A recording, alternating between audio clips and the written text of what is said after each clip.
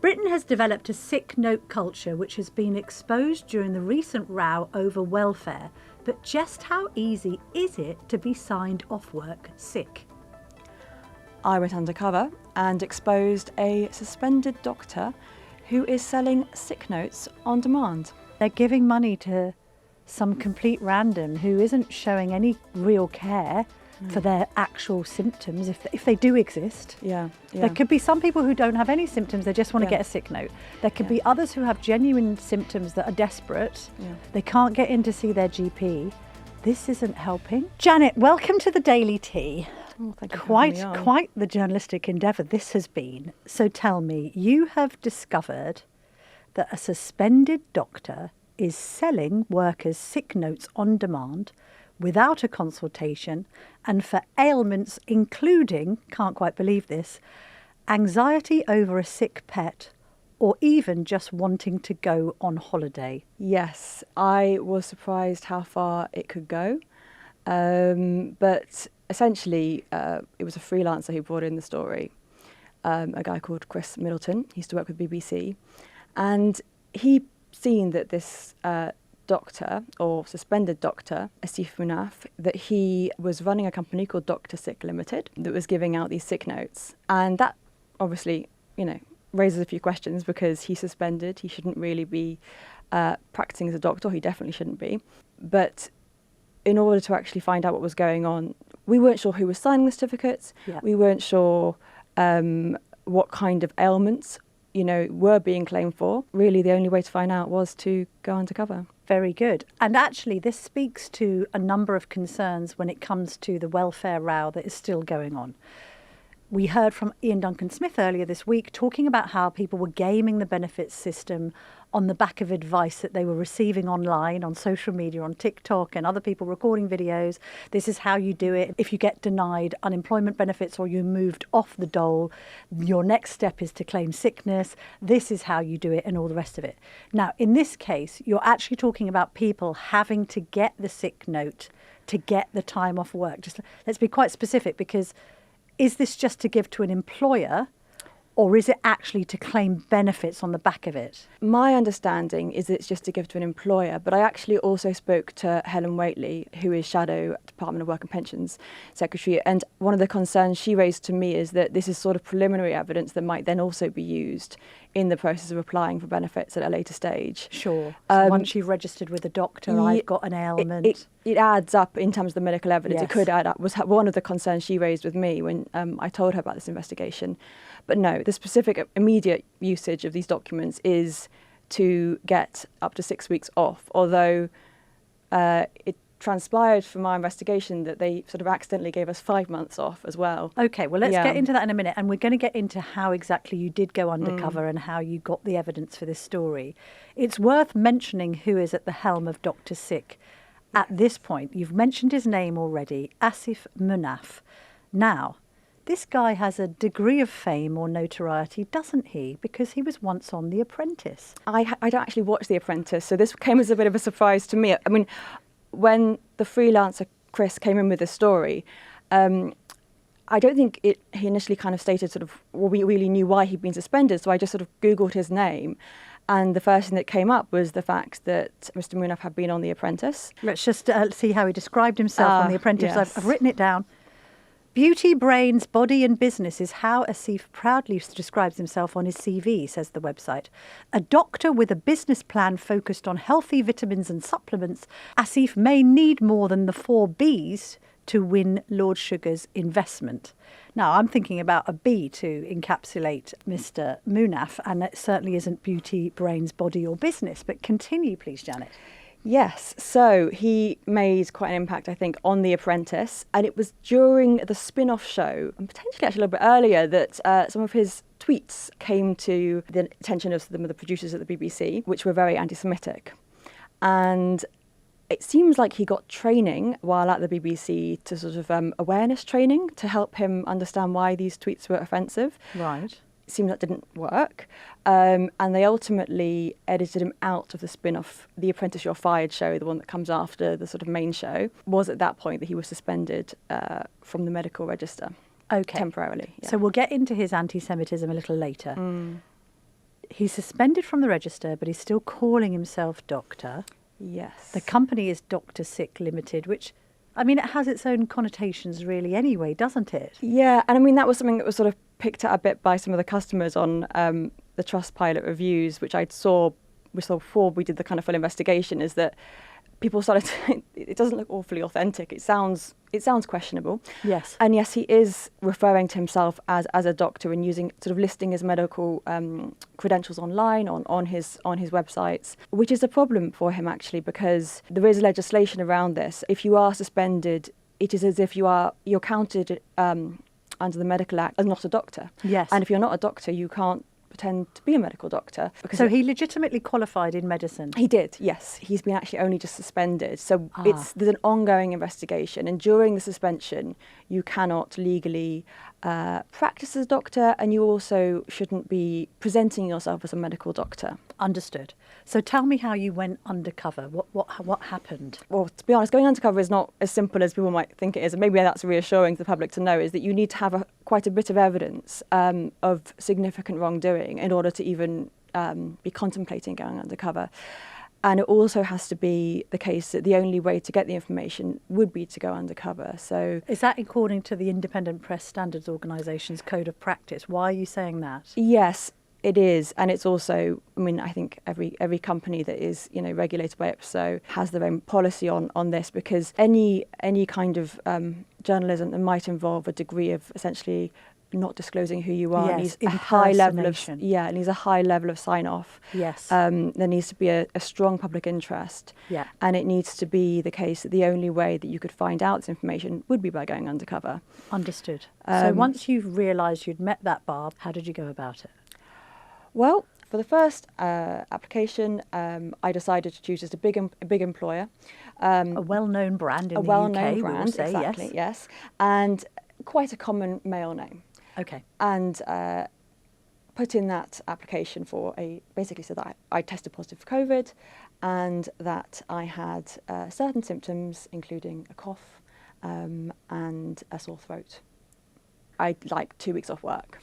And I said, here are my symptoms, I'm feeling hot, sore throat, cough, no fever. And then I applied for the certificate. They've actually Is this all online? It's all online. And they didn't even ask for your age. I ticked a box to say I'd not spoken to my GP, I'd not gone to A&E. There was no requirement for the certificate to then be sent to your doctor, who then might verify it. There was no ID verification stage. So some online medical stuff that you might do through sort of Boots, for example, you need to upload an ID and a selfie and even if you test use results, an that online kind of thing. pharmacy, for instance, exactly. you've got to jump through a huge amount of hoops before they'll even entertain the idea of giving you prescription medication, for instance. But in this case, not many hoops to jump through at all. No, I think it was just more than 20 words describing your symptoms was the requirement. Right. And then you had to say how many days you wanted off and tick a few boxes. But the ones that I ticked said that I hadn't spoken to my GP, hadn't seen any doctors. And obviously you don't need to upload a test result or anything like that. So whoever is signing the certificate has no way of knowing that I actually have COVID. And because actually, although the prices do start at £29, but that's actually for an unlimited monthly subscription, which gives you unlimited access to sick notes. What? Yeah. I mean, hang on, let's just break that down. Why would you need unlimited access to sick notes? Yeah, I mean, you would have to be quite sick by that point if that is actually how ill you are, at which point you probably should be seeing a real doctor in person. Yes. Yeah. Because basically it's suggesting that it's a licence to get sick notes. And if you were genuinely ill, then you would genuinely want to see a GP to literally find out A, what's wrong, B, why you can't seem to get better. Yeah. So already this is ringing alarm bells in my head. Yeah. Because it seems to me to be designed for people that want to have sick notes with no accountability whatsoever. Yeah, and actually that option was sold out. What was the unlimited The one? unlimited option was sold out. So I thought, basically, so instead of that, you buy a one-off certificate. So actually for a 2-hour turnaround, it's, I think, nearly £80, something like 70 to £80, which I felt was a bit steep. So I went for the 4-hour turnaround that was more like £64. And indeed, within 4 hours, the certificate arrived. And the first thing, and it was Chris Middleton, the freelancer, that noticed this, was that I'd been granted it for 5 months, not the requested 2 weeks. As you speak, I'm looking at the certificate that was issued now. It's got Dr. Sick at the top. It's got a QR code in the corner. It's got the address of the company. It's got a reference full name and the date. It's got the name of the GP. And then it simply says, having reviewed the medical history and current symptoms of X, I have deemed them unfit for work. This is due to significant COVID positive coryzal symptoms with cough, fever and pharyngitis, which is impacting their ability to perform their work duties. Accordingly, we have advised them to take time off from the 27th of the 6th, 2025 to the 7th of the 11th, 2025. That's 5 months. That's generous, yeah. Yeah. Kindly accept this note as confirmation of their sickness during this time. In the reviews online, there are quite a few people that posted there saying, yeah, this did work. I submitted it, this worked. There were some who'd said they had issues, and I think those that had issues, their employers had looked at the note and gone, this looks a bit fishy. Yes. But they were in the minority, to be honest. But drsick.co.uk. Yes. It's not... No, it doesn't... Kind of looks like it could be like the domain name for some kind of rap band or something. Right, so you get signed off for 5 months when you've only asked for 2 weeks. Yes, and also actually, a minor point, but I actually made the point of saying in the application that I didn't have a fever, and he's or she has given me a fever in that. Yes. It's the little things, but it is the little things. It's talking it up, which I kind of noticed and thought, okay. All right. Talk me through who else you posed as. Well, then we posed as a nursery school teacher with a sick dog. Wow. So it's not even a human sickness. No, yes. So I thought it would be interesting to see whether or not Dr. Sick Ltd would grant a sick note, as you say, for essentially someone who is anxious about their pet. So anxious, in fact, that they now need to spend the next 6 weeks at home with the sick dog that's been diagnosed with, I think, kidney disease was the diagnosis I gave the dog. To be honest, if I would hope that a doctor looking at that would think, well, this person might actually need to be seen because they're actually so. If you're that anxious, really, that you might not be able to leave your house. Yeah. Because of your dog's illness, which is really, really, really sad, but is not a reason to not work. That's kind of a whole other issue. But no, I was getting close to my deadline, so I put for a 2-hour turnaround on this one. And yeah, it came back, I think, even before the 2-hour deadline. Again, I'm just reading the certificate here. It doesn't specify that it's about a dog. No, it doesn't. But it does say that you need to be signed off unfit for work due to, quote, significant distress following recent personal events, with difficulty concentrating and sleeping impacting their ability to perform their work duties. And on this one, they actually grant you a bit more of a modest period of time off, 27th of the 6th, 2025 to the 8th of the 7th. Yes. So that's around 2 weeks. Yes. But maybe it wouldn't have been appropriate to apply for more for anxiety around a pet. Yes, I think arguably not, yes. And then tell me what happened. You used your real name in the final one. Well, yeah, I sort of thought, well, you know, let's see how far we can go with this. Basically, in this application, I said, my name is Janet Eastham. I work for the Telegraph Media Group. I work, these shifts. I travel on the hot and sweaty tube every morning. I think I could really do with a holiday. And I basically said, please, can I have a month to work from home? But I was very explicit in my application in saying I'm going to use this to go on holiday, but please don't put that on the certificate. So I think you can probably see. Wow. Okay, so you say, I'm going to just quote you. To be honest, I need this adjustment because I want to join my friends on holiday in Malta next month, but please don't put that on the certificate. The request was approved within an hour. And again, as requested, the person signing off the certificate did not mention that I was claiming that I would be misusing this certificate to go on holiday. So you've really laid it out there. You have said to them, I am lying. I don't want to use up my holiday. I want to claim this time off as sick. Yep. This is the letter that they then provide for you.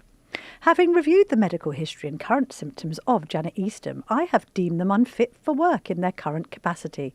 This is due to significant stress and heat exhaustion, with difficulty focusing from the recent hot weather, which is impacting their ability to perform their duties. Accordingly, we have advised them to rest and recover by working from home to avoid the heat and humidity on the London Underground. Kindly accept this certificate as confirmation of their needs for adjustments. So you're going to get the adjustment on the basis of this letter for working from home. But then I also note that they've put a period of a start date here of July the 7th and an end date of the 8th of August. So, yeah, that's a whole month. My thinking was that, as I put it in the application, that I'd ask for, I'm basically going on a week's holiday, which I am doing in real life. And then I'd be spending the next 3 weeks sort of, relaxing at home. Wow. I mean, part of me looks at this story and thinks, well, if the system's there to be gamed, how can you blame people for doing it? Now I'm talking about the customers here. But then when you think of the ramifications of this, well, for big businesses, but particularly small businesses, to have people supplying sick notes to employers when they're not even ill and having paid time off for nothing, sanctioned by a medical professional, albeit now suspended, there's something exceptionally dodgy about the whole thing. And how many people do we think are at this? I mean, this is brazen. Yeah. Are there lots of places where you can just go online and get sick notes? There are a couple of competitors to Dr. Sick. What drew us to this particular website was the fact that we knew that the sole director of the company was himself suspended. But I don't think that he is alone in running online sick note operations, which, suggests the scale could be even wider. And But they're quite powerful, these certificates, aren't they? All 3 certificates were signed off by a GMC registered doctor who is employed by a major staffing agency used by lots of NHS trusts. So not Mr. Munaf himself, because as you say, he's been suspended. They contain the doctor's GMC number and purportedly his signature. Yes. So, I mean, this is the ongoing mystery of this case, because I contacted the staffing agency that employs the doctor who had purportedly signed off these certificates. And that agency was very strongly refuted. They spoke to their employee, who was a hospital doctor, not a GP. And they said, look, our employee, we've spoken to him, we've shown him the certificates. He has said, absolutely, he'd never heard of Dr. Sick Limited. He wouldn't do this kind of work because of the kind of specialty he does. He has no experience in GP. We've got certificates signed by someone denying they've signed the certificates. And as you say, Janet, you're awaiting a response from Mr. Munaf. Yes. He responded to every other allegation that I put to him. Okay. And what did he say? He said a lot of things. I mean, the one thing he did say is he has said that he doesn't sign off the certificates. But when I put to him that the doctor who is named on the certificates has also said they haven't signed off the certificates, he didn't respond to that. He responded to everything else, though, which sort of is interesting. He also is decided to respond publicly on social media rather than by email. So you didn't get an emailed response, you just saw all of his response on his X feed? Exactly, yes. So he says that he has 5 fully employed GMC registered doctors who sign off the sick notes. He has said that they follow HIPAA-aligned sort of guidelines. What's HIPAA? That is US sort of health data legislations. That's totally irrelevant. Okay. He correctly says that the company is registered with the ICO. It is registered with the ICO. But ICO, the Information Commissioner's exactly. Office. Yeah. I also put to him the fact that he was offering online medical consultations via Dr. Sick, which is something that if you are a suspended doctor, you definitely should not be doing. Yes. He took down that web page. Of late, his defence has been more that this is kind of really just responding to the market, that basically people are willing to buy these certificates, so he should be allowed to sell them. Yeah, it's like nothing's stopping me from doing this, so it's okay. Yeah. Is there anything stopping him from doing? I suppose this is the most serious question of all, really, Janet. Why is there nothing stopping this man from doing this? Well, so far there hasn't been. I think the public should be very concerned that this is carrying on. I think that we know the doctor's regulator is investigating him. So that's the General Medical Council. Right. And we know that because I went to them. So we know that they're looking at him and all his businesses. We know he was initially suspended for his antisemitic remarks. There was a period of time where he was allowed to practice again with restrictions. We don't know what those were. And then he was suspended again more recently. The GMC are investigating. What can we say about the wider piece, though? Because Clearly, this is raising huge concerns about sick note culture. By the way, there's also a public safety issue here, isn't there, Janet? Because we may have some people just trying to game the system, but we may have others who are just a bit desperate and actually really either need medical assistance or mental health assistance. That's what worries me here. And they're giving money to some complete random who isn't showing any real care for their actual symptoms, if they do exist. There could be some people who don't have any symptoms, they just want to get a sick note. There could be others who have genuine symptoms that are desperate. They can't get in to see their GP. This isn't helping. No, and because it's not linked back to their GP is never going to know. I mean, fundamentally, this is a story about a suspended doctor who is selling sick notes to people without the right checks and balances in place, potentially putting people at risk if they're unwell, and also sort of fueling the productivity crisis in our country. Janet, great work. You'll be watching this closely, I'm sure, be following the GMC investigation, and we would like to catch up with you again should you get any developments on this story, and we will put your whole investigation in our show notes so that people can read exactly what you've written.